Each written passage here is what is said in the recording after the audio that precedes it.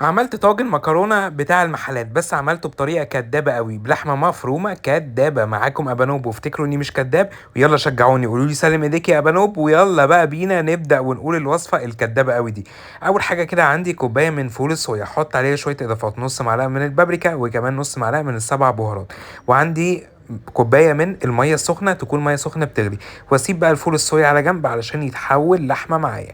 بعد كده هعمل بقى العصاج الكداب. ايه هو؟ عندي طاسه على النار، نزلت عليها بشويه من الزيت، ونزلت عليهم ببصل مقطعه كده شرايح بسيطه خالص صغننه، ورشه ملح بسيطه، واقلب كويس قوي. البصل اول ما هيتشوح هنزل عليه بشويه من الفلفل الالوان. بصوا يا جماعه الوصفه دي حلوه وكدابه وزي العسل. بعد كده هقلب بقى الفلفل الالوان، واول كده ما الفلفل مع البصل يتشوحوا هنزل بقى بفول الصويا، بس فول الصويا طبعا لازم اصفيه من اي ميه فيه. بعد كده عايز اقول لكم، في ناس بتقول لي فول الصويا بيطلع معانا وحش وريحته وحشه. بصوا، وانا بنقعه حطيت له توابل، فالتوابل بتغير ريحته، وبصفيه خالص من الميه، خطوتين مهمين. بعد كده هنزل بالملح وكمان السبع بهارات، وشويه من البابريكا المدخنه، وشويه فلفل اسود، وبس كده. طب مش هتحط توابل تاني يا باشا؟ مش هنحط حاجه تاني. ممكن بس لو انتوا عندكم بقى ايه، مكعب مرق خضار، لو عندكم شويه اللي هو التوابل بتاعت اللحمه، مفيش مشكله. هعمل بقى الصلصه بتاعت ايه، بتاعت طاجن المكرونه. عندي بقى الحله، نزلت عليها بشويه زيت ونزلت بالثوم.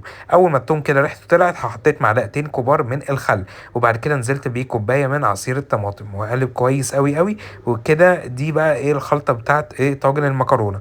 وهنحط بقى ايه رشه بسيطه كده من الملح، وكمان الفلفل الاسود، والكزبره الناشفه والسكر، بيدوا طعم حلو جدا الكزبره الناشفه بالذات في الطواجن.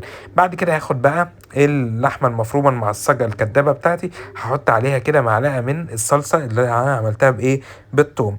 بعد كده هقلب واسيب بقى ايه الفول الصويا يشرب الميه بتاعته، وكده هو جاهز عندي. عندي بقى طاجن الفخار، ممكن على فكره الكميه دي اعمل بيها 2 طاجن، تمام؟ انا عملت بيها طاجن واحد، بس انتوا في البيت ممكن تعملوا ايه، 2 طاجن. حطيت بقى الفول الصويا بتاعنا، وحطيت كده كوبايه من المكرونه.